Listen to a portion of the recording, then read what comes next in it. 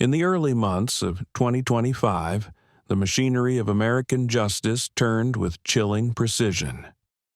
Courtrooms emptied, appeals ran dry, and behind concrete walls, final meals were served to men whose names most will never know.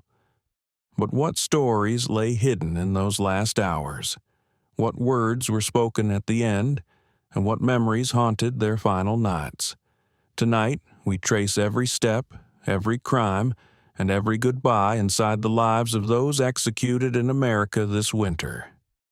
Marion Bowman. Hours later, that anger turned deadly.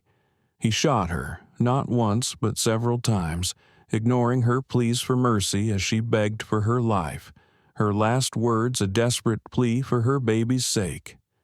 Instead of walking away, Marion dragged her body into the woods, returned for her wristwatch, then set the car ablaze, erasing what he could of that night with fire. The trial was swift, the evidence unrelenting. Shell casings, blood in the brush, the watch in his pocket, and the haunting words he bragged about afterward. The jury needed only hours to decide. Marion Bowman Jr. was sentenced to death for murder and given 10 years for arson. But even as the years passed, through appeals and the shifting tides of public opinion, justice waited. On his final day, Marion was allowed a last meal of fried shrimp, oysters, chicken wings, banana pudding, and German chocolate cake. He did not speak from the gurney, but his lawyers read his final words. He claimed innocence and wished peace for Candy's family. At 6:27 p.m., the warden nodded, and the drugs began their silent work. By sunset, Marion Bowman Jr. was gone, his story and Candy's forever written into the record of America's justice. Stephen Lane Nelson. It was a Wednesday morning in Arlington, Texas on March 3, 2011, when the doors of North Point Baptist Church opened for the last time for Pastor Clint Dobson. At just 28, Clint was a gentle presence in his congregation, a man who remembered every face and name, whose faith radiated in quiet ways. But that morning, faith would be no shield. At 9 a.m., 24-year-old Stephen Nelson entered the church not for prayer, but for violence. What unfolded was an eruption of brutality that stunned an entire community. Clint was attacked first, struck with a monitor stand, then strangled and suffocated as he struggled for air. Judy Elliott, the loyal church secretary, was next, beaten so severely that even her own husband failed to recognize her at the hospital. She survived by what many later called a miracle, though she would carry the scars, visible and hidden, for the rest of her life. Stephen left behind chaos and devastation, but he didn't run. Instead, he stole credit cards, phones, and Judy's car, using the stolen goods without hesitation, buying fuel, clothes, and snacks, flaunting his crime as if daring the world to catch him. Yet his downfall was as swift as his crime was senseless. Surveillance footage, fingerprints, and brazen admissions to friends sealed his fate. In jail, awaiting trial, Stephen murdered another inmate, solidifying the sense that he was a man at war with the world. The trial was brief, the verdict decisive. Capital murder and attempted capital murder. The sentence, death. After more than a decade on death row, Stephen Nelson was executed by lethal injection on February 5, 2025, at the Huntsville unit. He was not permitted a special last meal, eating what other inmates received. His final words were for his wife, a pen pal he'd married while incarcerated, declaring his love and peace, but offering no apology to his victims' families. "I'm ready to be at home," he whispered as the drugs flowed. At 6:50 p.m., Stephen Nelson was gone, his name added to the silent ledger of American justice. Demetrius Tarrant Frazier. The night air in Birmingham was thick with the hush of late November when Pauline Brown, 40, drifted to sleep on her worn-out couch, never sensing the danger that slipped through her window. Demetrius Frazier, only 19 at the time, moved through her apartment like a shadow, first taking a few crumpled bills, then waking Pauline with a gun and demands for money. Terrified, she handed him what she had, pleading for her life, but her words met only cruelty. Demetrius pulled the trigger, ending her life in a moment, then ransacked the home before vanishing into the dark. Months later, Demetrius struck again, this time in Detroit, where 14-year-old Crystal Kendrick's life ended in another burst of violence. She fought back, but Demetrius was relentless, shooting her as she tried to flee. 2 states, 2 victims, and countless lives torn open by loss. The investigation crossed state lines, and when Demetrius was finally arrested, the confessions came quickly. He admitted to both murders and to a string of other assaults that painted a portrait of pain stretching back through his own troubled childhood.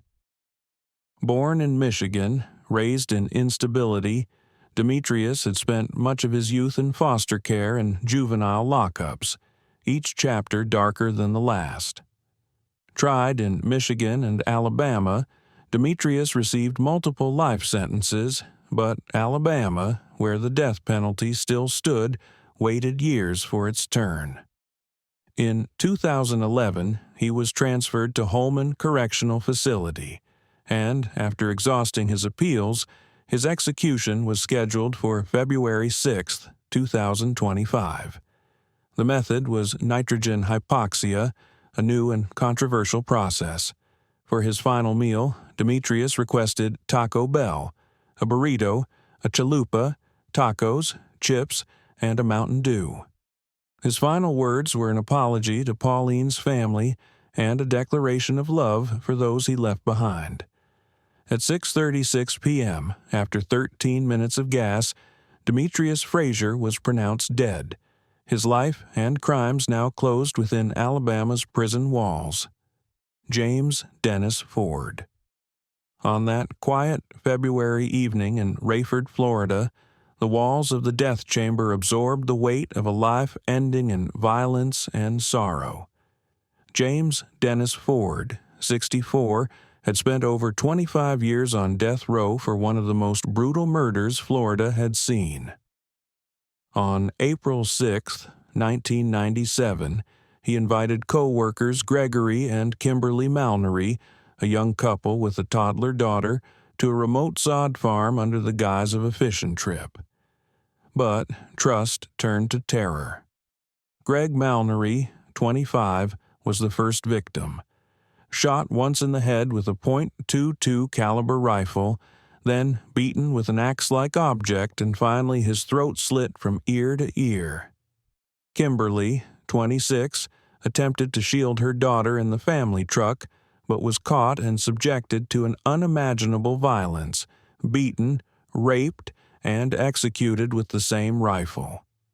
Their 22-month-old toddler remained strapped inside the truck, alone for nearly 18 hours, found by workers covered in her mother's blood and suffering from dehydration and insect bites. Ford fled into the night, but evidence, his coat, DNA samples, and the rifle recovered in a ditch led directly to him. Convicted of double murder, sexual battery, and child abuse, the jury recommended death by an 11-1 vote, a verdict matched by the judge in 1999. Appeals over the years, claiming intellectual disability and childhood trauma, were repeatedly struck down, including by the U.S. Supreme Court in the days before his execution. On February 13, 2025, Ford entered the lethal injection chamber for Florida's first execution of the year. He requested a final meal of steak, macaroni and cheese, fried okra, sweet potato, pumpkin pie, and sweet tea. Once strapped in, he declined to speak, but left a written note. Hugs, prayer, love. God bless everyone. At 6:19 p.m., the drugs took effect. His chest heaved, then fell still. A staff member shook him, called his name. No response. At 6:22 p.m., James Dennis Ford was pronounced dead. Though the chamber grew silent, the Malnory family's grief resonated beyond prison walls. Their daughter, now grown, said that the conviction brought peace of mind, but added, "I grieve what could have been." Richard Lee Tabler. The Thanksgiving of 2004 was supposed to be a day of gratitude, but for the small Texas town of Killeen, it became a chapter stained by blood and vengeance. Richard Lee Tabler was only 25 when he set out to settle old scores. A falling out with a former boss at a local club turned lethal after midnight. Tabler lured Muhammad Amina Ramuni and his friend into a deserted business lot with a promise of stereo equipment. But it was a setup from the start. As the men arrived, Tabler opened fire without warning, and when Muhammad still showed signs of life, Tabler finished the job point blank. With a teenage accomplice filming, the two dragged the bodies from the car, stripped them of valuables, and left the scene with chilling calm. But Tabler's thirst for control wasn't satisfied. He kept a list, names of those he believed had wronged him, and within days, 2 more lives were claimed. He lured 18-year-old Tiffany Dodson and 16-year-old Amanda Benfield out to a lake, promising drugs, then shot them both and left them where no one would find them until it was too late. The sheer cruelty of the crimes, combined with Tabler's taunting calls to law enforcement after each killing, left the community shaken. When he was finally arrested, it was for an unrelated theft, but under questioning, the confessions tumbled out in chilling detail. His time on death row was marked by volatility. He threatened politicians, staged incidents in prison, and cycled between remorse and rage. Yet, even in his final years, a strange transformation occurred. Tabler became a caretaker for fellow inmates, raised a pet lizard, and corresponded with a woman who would become his wife. Still, the pain he caused could not be undone. On February 13, 2025, Tabler was executed by lethal injection at the Huntsville unit. He was not granted a special meal, and he ate from the regular menu. In his last moments, he apologized to the families of his victims, asking for forgiveness he knew might never come. At 6:38 p.m., Richard Lee Tabler's story ended, one final breath in a life defined by violence and regret. Brad Sigmund. It was a humid night in June 2001 when the Sigmund case began, a story that would haunt the courts of South Carolina for more than 2 decades. Brad Sigmund, a man whose life was defined by resentment and spirals of rage, became the central figure in a tragedy that tore a family apart. The evening started with arguments, unresolved bitterness between Sigmund and his ex-girlfriend's parents, David and Gladys Lark. But no one imagined the night would end in such violence.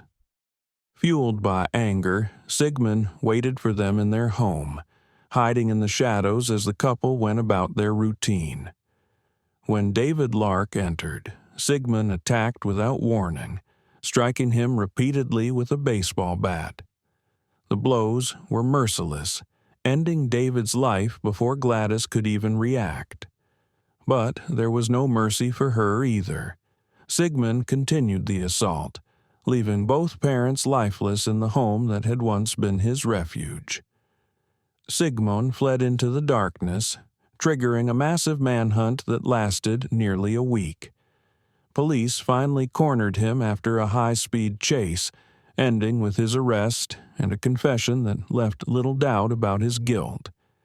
The trial revealed a pattern of escalating violence and emotional instability, but it was the cold brutality of that night that seared his fate. The jury returned a swift verdict, guilty on 2 counts of murder, and Sigmund was sentenced to death. Decades of appeals followed, but every attempt to rewrite the ending failed.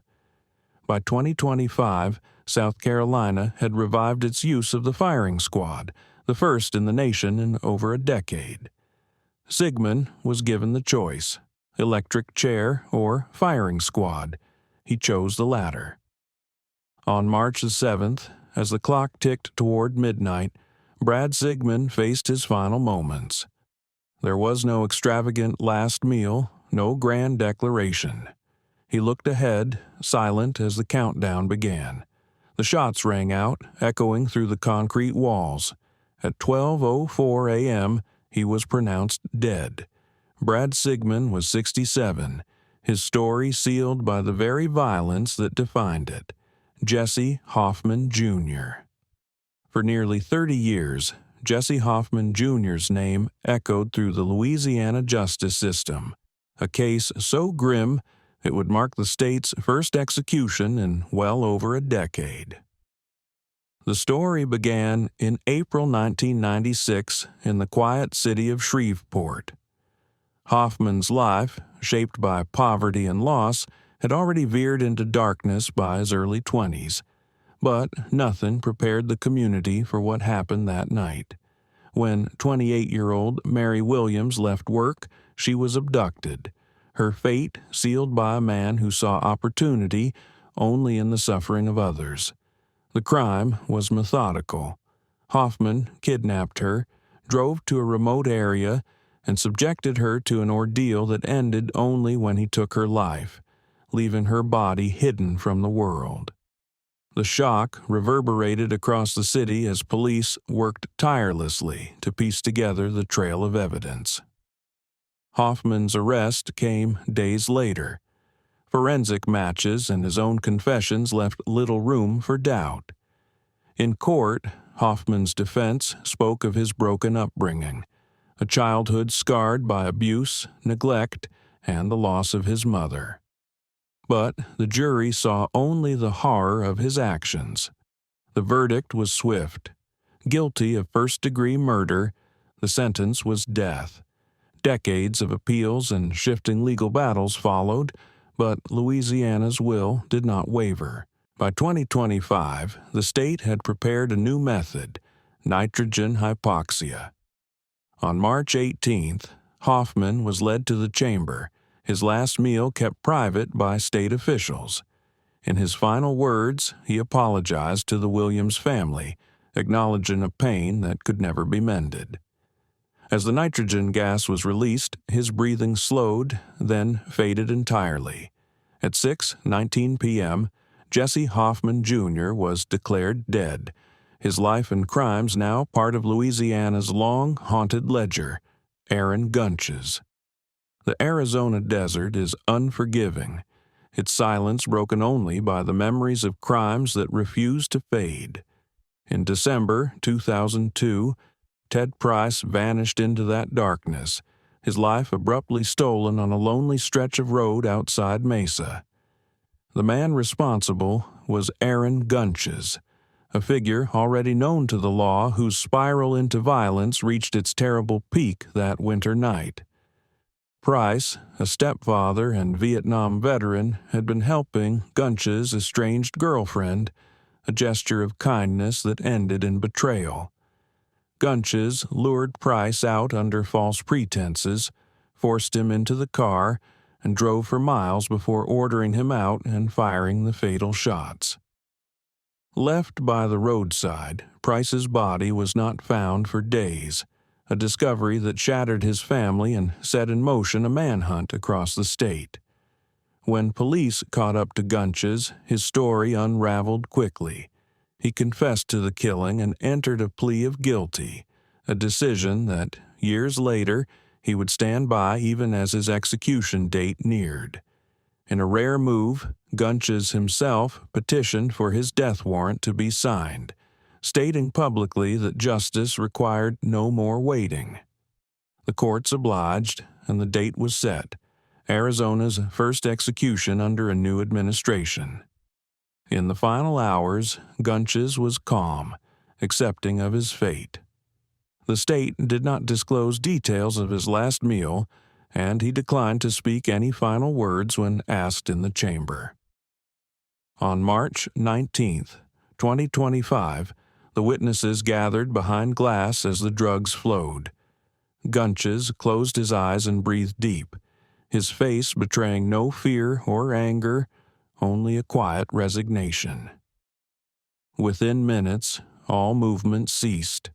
At 10:08 a.m., Aaron Gunches was pronounced dead, the echoes of his crime and his own desire for accountability now lost to the silence of the desert.